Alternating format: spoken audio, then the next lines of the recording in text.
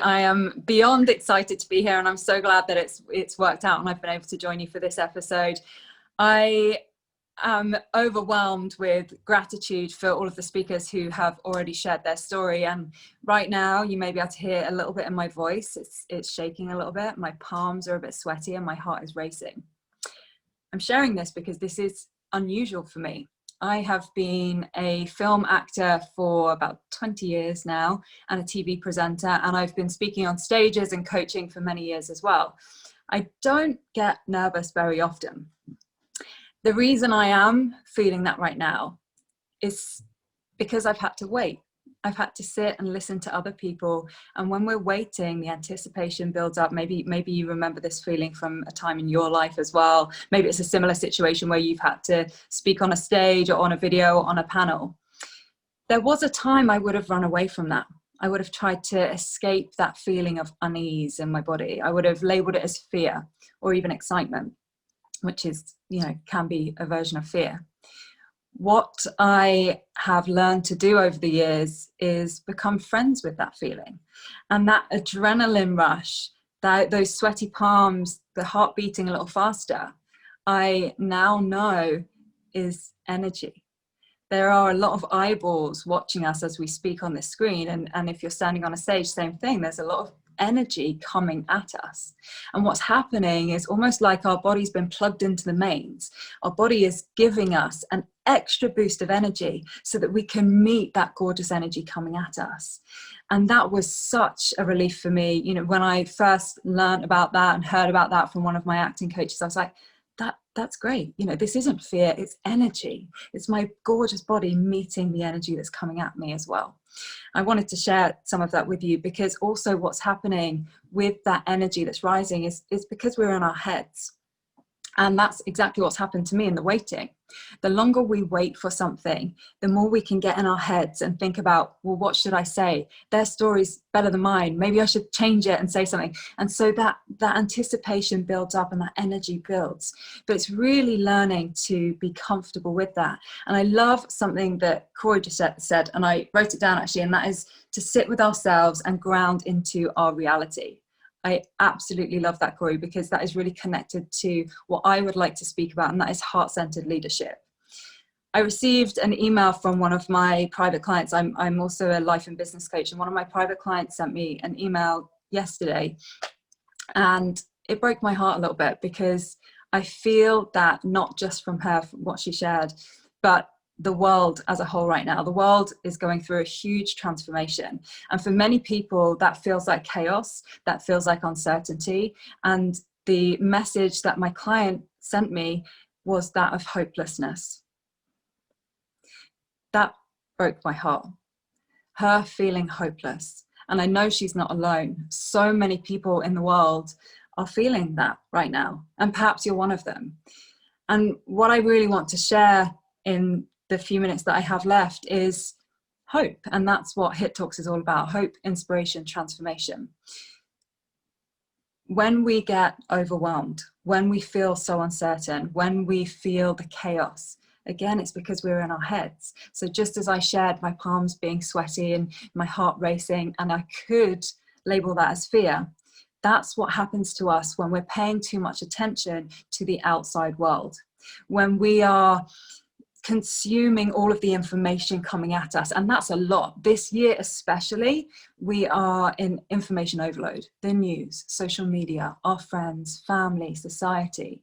There's a lot of new information coming at us, a lot of energy coming at us that maybe we don't have the energy to meet, especially if we're stuck in our heads, because those voices just go round and round telling us all of the kind of the fear-based thinking.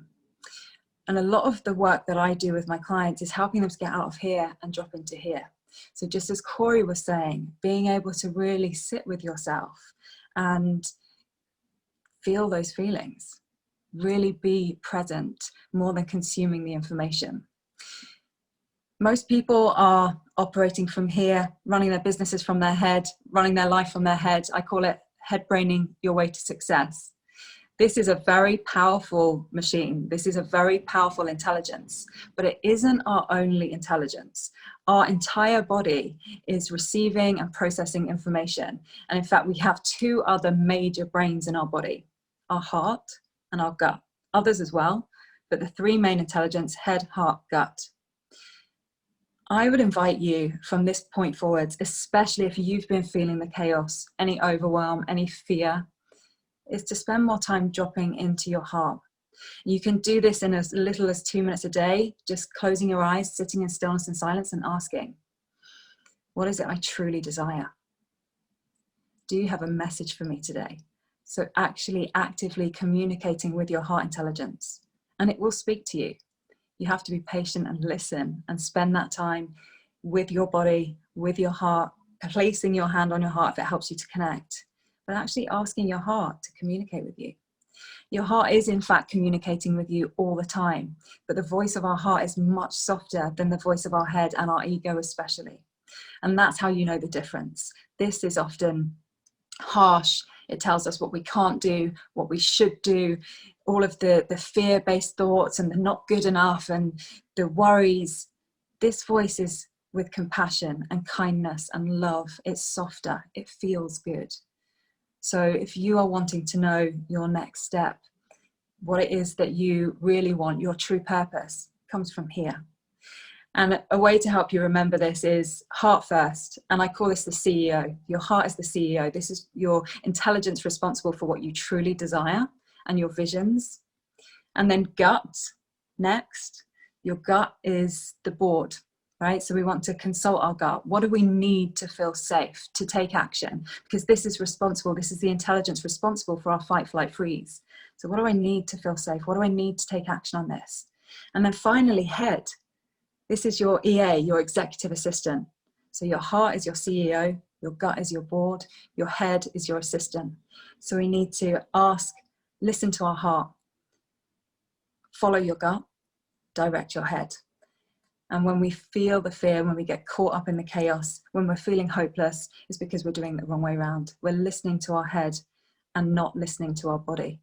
So if I can leave you with anything, it is to spend time in stillness and silence every day, paying attention to your body, speaking to your body, and listening for the amazing guidance, because your soul is communicating with you from your heart, and your guardian angels are looking after you through the intelligence of your gut.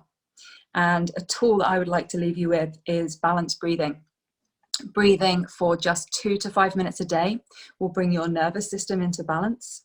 And what we're looking for is breathing in slowly and steadily to the count of 6, breathing out slowly and steadily to the count of 6, and keeping that going for a couple of minutes at least. And you can drop into that at multiple times through the day when you need to as well.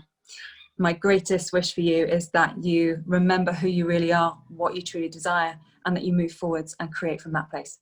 Regardless of what's happening outside, your peace comes from within. Thank you.